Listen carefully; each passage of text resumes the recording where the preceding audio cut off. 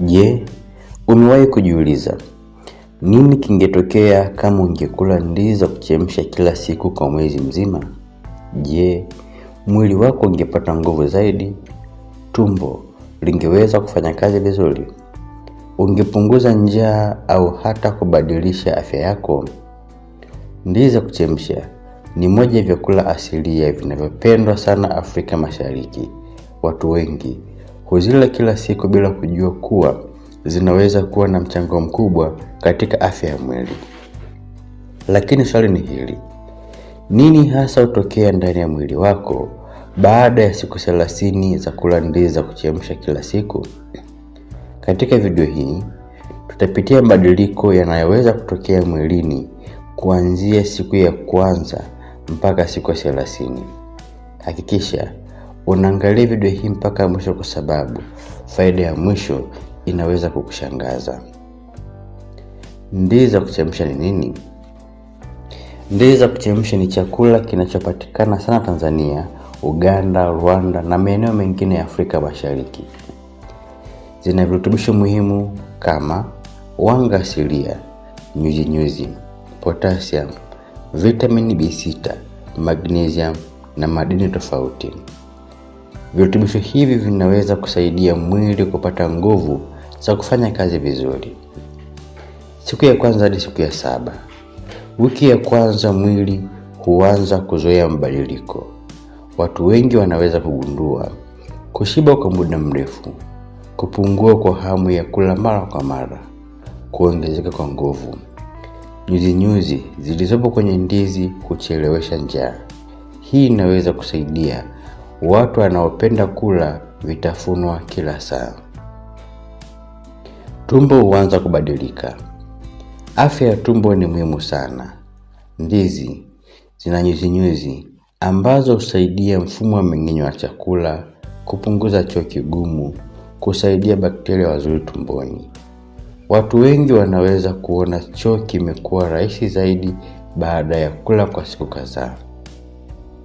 Siku ya 4 au sehemu ya 4, mwili hupata nguvu zaidi.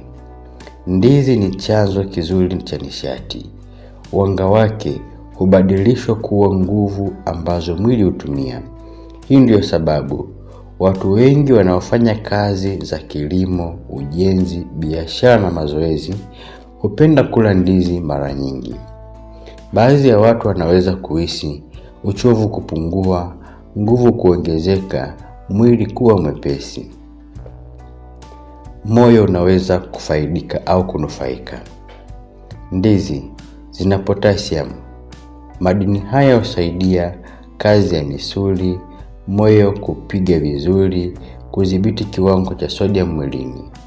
Lishe yenye potassium ya kutosha inaweza kusaidia afya ya moyo. Shinikizo la damu. Baadhi ya watu ulaji wa vyakula vyenye potassium unaweza kusaidia kudhibiti shinikizo la damu. Lakini hii haimaanishi kuwa ndizi ni dawa ya pressure. Kama una matatizo ya shinikizo la damu, ni muhimu kufuata ushauri wa daktari kwanza kabla ya kuanza tiba ya lishe. Je, unaweza kupunguza uzito? Ndizi zinaweza kufanya ujisikie umeshiba kwa muda mrefu. Hii inaweza kusaidia kupunguza kula ovyo, kupunguza vitafunwa visivyo vya lazima na kudhibiti kiasi cha chakula. Lakini kumbuka, ukila ndizi nyingi sana pamoja na vyakula vingine vyenye kalori nyingi, uzito unaweza kuongezeka.